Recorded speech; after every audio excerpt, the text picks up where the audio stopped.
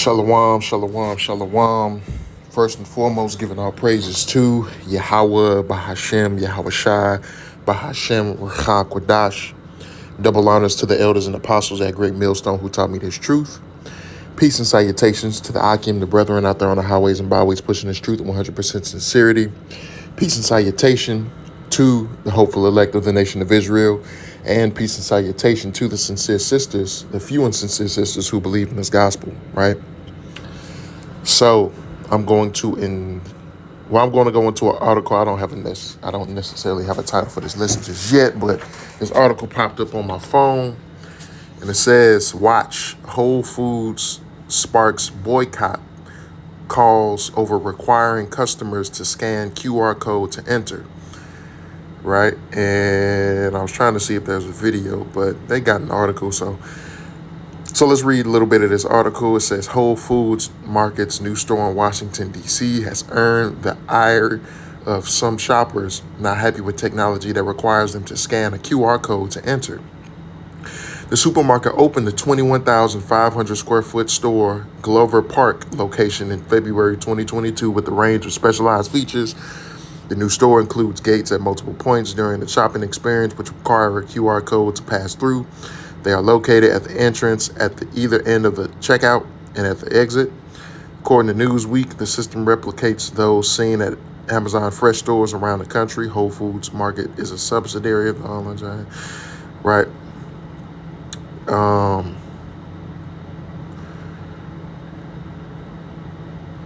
think it has. Yeah, this is a video here. Let's see. It says, is this the future of in-store shopping? Whole Foods in Washington, D.C. requires you to scan in before entering, scan to enter checkout, scan to leave the checkout, scan to leave the store. Too much? And as we know, this is very controversial new Whole Foods in Washington, D.C. You have to scan to check in. You have to scan to check out. You have to scan to leave the checkout. And then you have to scan to leave the store. That's cool. So as we see, they're requiring at this particular Whole Foods store, and they have these at other stores around the country.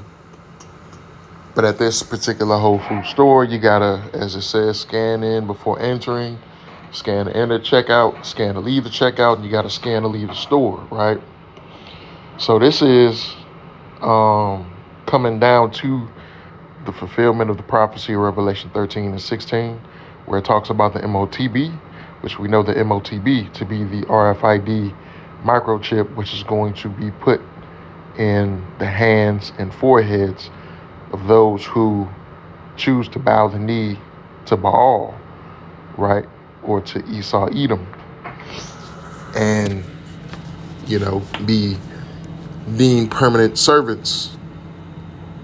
Or not permanent servants, but to take that mark that represents that you are a servant or a slave to Esau in his kingdom. Ultimately, the devil, right?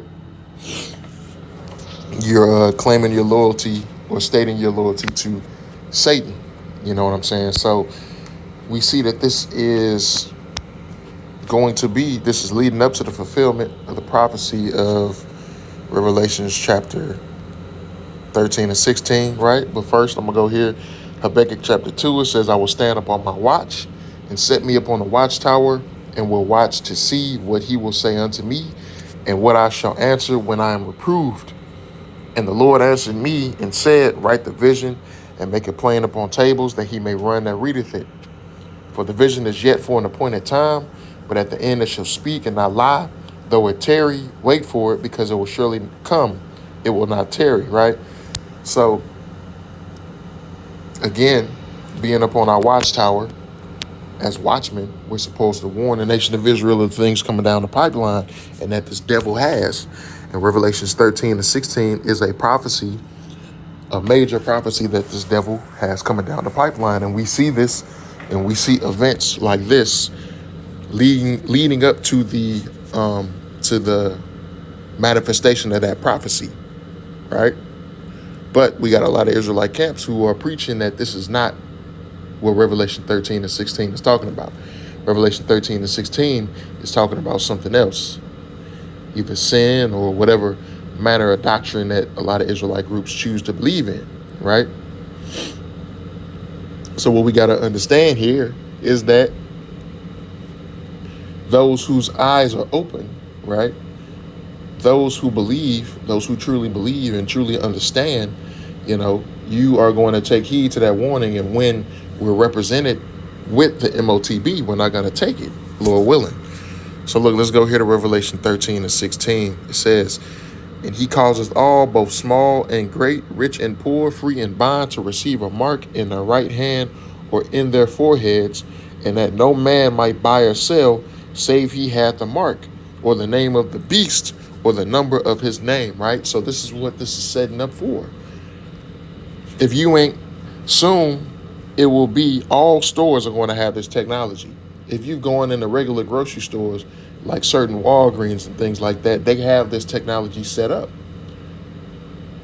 With the drinks, with the drink cabinets, or not the drink cabinets, but the drink coolers and things like that.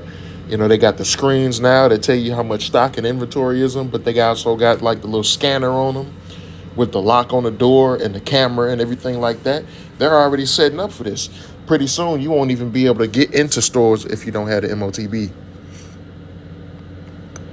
You won't even be able to get into a store if you don't have the MOTB. You know what I'm saying? And this is leading up. So if you, and this is just obvious proof, man. This is just right, flat out, plain proof that this is what the MOTB is going to be. No, the MOTB is not the QR code. The MOTB is the RFID microchip that they're going to implement, that they're going to require to be implemented into the hand of every single individual on planet Earth. Right? Because if we go into that word mark, which, brothers been going into that so many times, that word mark is charagma. And the definition of it is talking about something physical. So, and you got some camps who will go into that word and they'll say, well, show me where that says RFID chip. Well, show me where that says the mark of the beast is sin. Or something spiritual. It doesn't. Right? So what you got to understand is that if you don't believe, then you're going to be caught out there. If you don't know and you don't understand, then you're just simply going to be caught out there, right? And, it ultimately you will be, you just won't be deemed a part of the elect, right? So look, let's go to Ezekiel chapter 14. I'm going to start at verse 7. It says, for every one of the house of Israel, or of the stranger that sojourneth in Israel, which separateth himself from me, and setteth up his idols in his heart, and putteth the stumbling block of his iniquity before his face, and cometh to a prophet to inquire of him concerning me, I, the Lord, will answer him by myself, and I will set my face against that man, and will make him a sign and a proverb, and I will cut him off from the midst of my people, and ye shall know that I am the Lord. And if the prophet be deceived when he hath spoken a thing, I, the Lord, have deceived that prophet, and I will stretch out my hand upon him, and will destroy him from the midst of my people Israel. Right? So you got a lot of false prophets out here who are speaking the wrong thing. They're speaking the incorrect doctrine about this particular prophecy and other prophecies too, but in particular this one in concerning Revelation 13 and 16. And this is a controversial topic in Israel, because you got a lot of Israelites who believe and are adamant about saying that this is this. Oh, this prophecy is talking about this. This prophecy is talking about sin, or sleeping with white women, or philosophies or doctrines that Esau is given to us, and it's simply not talking about that. Right? They compare that word mark to the word mark in Ezekiel chapter 9 and verse 4, and they say it's the same thing when it's written in two different languages, two different words written in two different languages. So it can't be the same thing.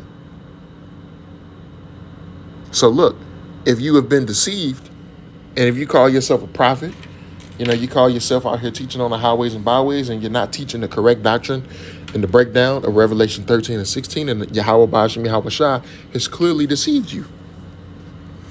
And he wanted you to be deceived, lest he down the road causes you to repent and to teach the correct doctrine. But other than that, you're just in your lot, right? So let's go to Ezekiel 13 and verse 1, and it says, "And the word of the Lord came unto me, saying, Son of man, prophesy against the prophets of Israel that prophesy, and say thou unto them that prophesy out of their own hearts, hear ye the word of the Lord," right? Because you got Israelites prophesying out of their own hearts, you know? For example, you got IUIC saying that the market, well, they changed their breakdown of the market of the beast, seems like every other month, you know, talking about Israelites are going to, the 2/3 of Israel are going to be banished to hell, and different just things like that, right? Prophesying out of their own hearts, just making up breakdowns, making up things as they go. Verse 3, it says, "Thus saith the Lord Yahweh, woe unto the foolish prophets that follow their own spirit and have seen nothing. O Israel, thy prophets are like the foxes in the deserts. Ye have not gone up into the gaps, neither made up the hedge for the house of Israel to stand in the battle in the day of the Lord. They have seen vanity and lying divination, saying, The Lord saith, and the Lord hath not sent them. And they have made others to hope that they would confirm the word. Have ye not seen a vain vision? And have ye not spoken a lying divination? Whereas ye say, The Lord, Yahweh Bashem Yahweh Shah saith it, albeit I have not spoken," right? So these Israelites, they're saying, well, this is from the Lord. This is a revelation that the Lord has given to me, right? But the Lord hasn't given you any revelation. The Lord has deceived you. The Lord has chosen to deceive you, because the Lord, Yahweh Bashem Yahweh Shah, don't want you. He don't want you to,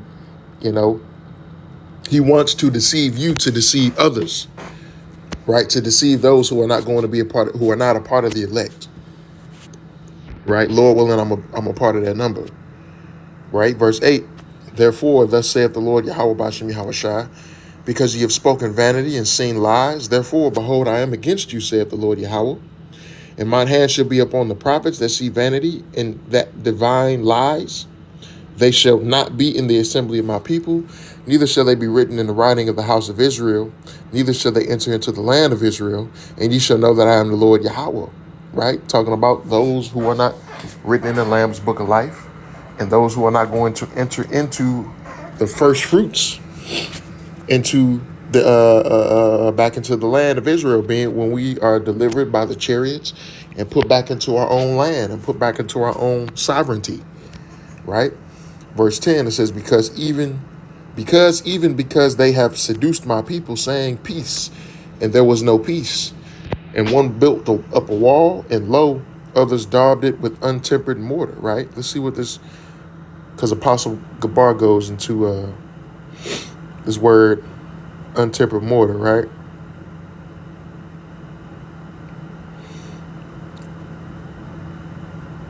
Right? It says foolish, insipid, tasteless, unseasoned, whitewash, meaning uncertain, right? Right? Giving out foolish prophecies, right? Uncertain prophecies. You know what I'm saying? You just going off a whim, trying to seem deep, trying to seem like you have gotten some special spiritual revelation and things like that, man. And it's not about that, but that's just all that comes with pride and ego, right? Pride and ego, right, leads to foolishness. Pride is the beginning of departing from Yahweh Bashem Yahweh Shah, or is the beginning of sin. So Lord willing, we stay humble. We stay firm to the doctrine, to the proper 100% correct doctrine. And, we endure to the end, Lord willing, right? So that's all I got on that. With a quick video, giving our praises to Yahweh, Bahashem Yahweh Shai, Bahashem Rechakwadash, Shalom.